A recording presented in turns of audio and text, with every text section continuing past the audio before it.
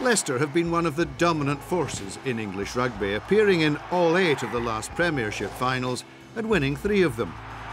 But in the 1990s, Bath ruled the roost. A constant factor in the club's supremacy was Andy Robinson.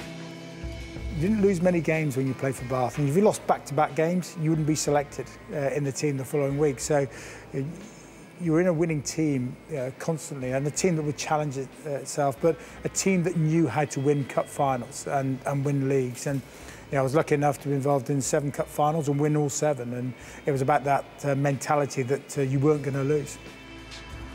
And since those high-pressure days, Robinson has learned to relax and enjoy life. Playing against Australia in 1988, my first home game at Twickenham, I was able to charge down Michael Liner, and Dowie Morris scored the try, but also to give a scoring pass to Rory Underwood. So yeah, it was a brilliant game to me to be involved in. Tough on the old legs. Following his retirement as a player, Robinson became head coach at the Rec, and in his first season he led Bath to the Heineken Cup.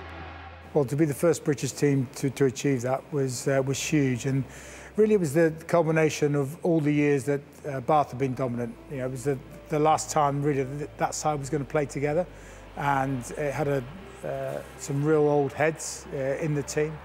It went right down to the final whistle. Breve had a chance on that final whistle to go for a drop goal. It was missed right in front of the post, and the boys were able to touch the ball down and celebrate beautifully.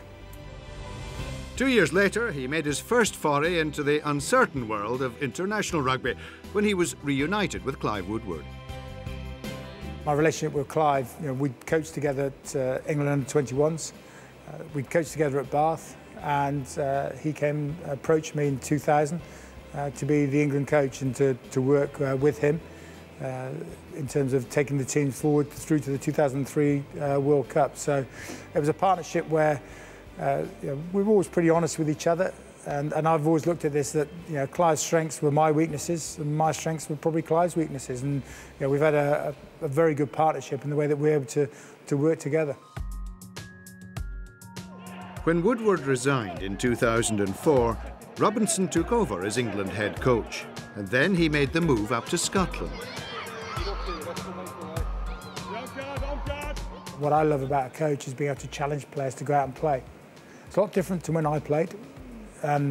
Now, fitness levels of players have improved, the defences have improved, so it is a lot tougher when you've got the ball in hand. But I think we miss out on too many opportunities to offload, to support the ball, to counter-attack. And what I enjoy with my coaching is being able to challenge players to do that. The biggest frustration I had was the South Africa and looking at the South Africa and the New Zealand games. Getting into really good positions and putting the teams under a bit of pressure. 13-10 against New Zealand after 30 minutes, and then just conceding cheaply some scores.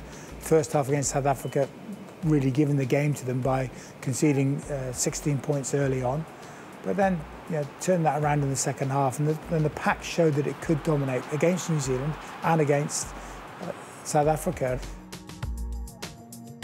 But in the aftermath of Scotland's defeat to Tonga last November, Robinson resigned. It was a loss, and all losses are tough to take, but those games happen, and it's understandable that does happen. Brilliant for Tonga, for what they were able to achieve, but on the day, they were the better team and they deserved to win the game. So I wouldn't say it's a low point. It was disappointing that Scotland lost the game, and obviously from that, there were consequences, and the consequences that were that I left, and that means that now I can focus on new challenges. And one of those new challenges is to guide Bristol back into England's top flight, having been appointed Director of Rugby. I've got a great challenge now coaching Bristol.